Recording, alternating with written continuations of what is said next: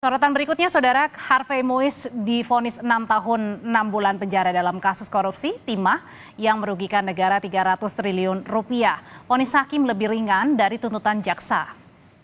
Harvey Muiz dinyatakan terbukti bersalah melakukan tindak pidana korupsi secara bersama-sama dan pencucian uang yang merugikan keuangan negara lebih dari 300 triliun rupiah. Selain divonis selama 6 tahun 6 bulan penjara, Harvey juga harus membayar denda sebesar 1 miliar rupiah dan membayar uang pengganti senilai 210 miliar rupiah. Vonis Harvey Muiz lebih rendah dari tuntutan jaksa yang meminta Harvey dituntut 12 tahun penjara.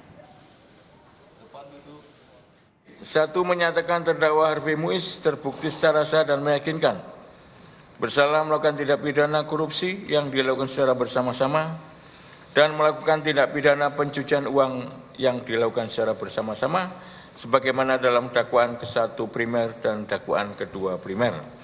Dua, menjatuhkan pidana kepada terdakwa dengan pidana penjara selama 6 tahun dan 6 bulan dan denda sebesar 1 miliar rupiah.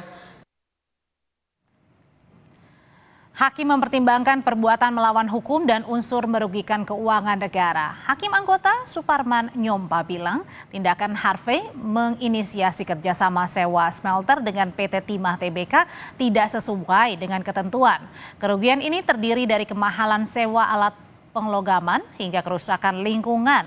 Perbuatan Harvey dan para terdakwa lainnya menimbulkan kerugian negara lebih dari 300 triliun rupiah. Setelah dilakukan audit oleh Badan Pengawas Keuangan dan Pembangunan RI BPKP RI, terdapat kerugian keuangan negara sebesar 300 triliun 3 miliar 263 juta 938.131 rupiah 14 sen.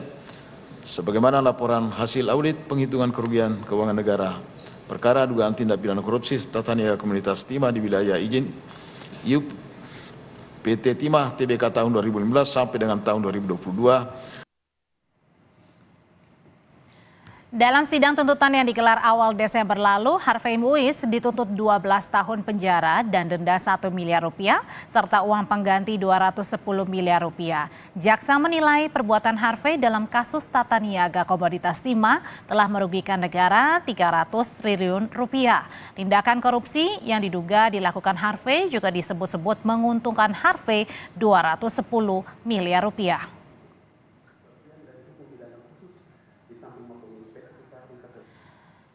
Vonis Harvey yang diputus lebih ringan dari tuntutan jaksa mendapatkan tanggapan dari mantan Menko Polhukam Mahfud MD. Dalam akun X-nya, Mahfud menyatakan tak logis menyentak rasa keadilan Harvey Muiz didakwa melakukan korupsi dan TPPU 300 triliun rupiah oleh jaksa hanya dituntut 12 tahun penjara dengan denda 1 miliar dan uang pengganti hanya 210 miliar rupiah.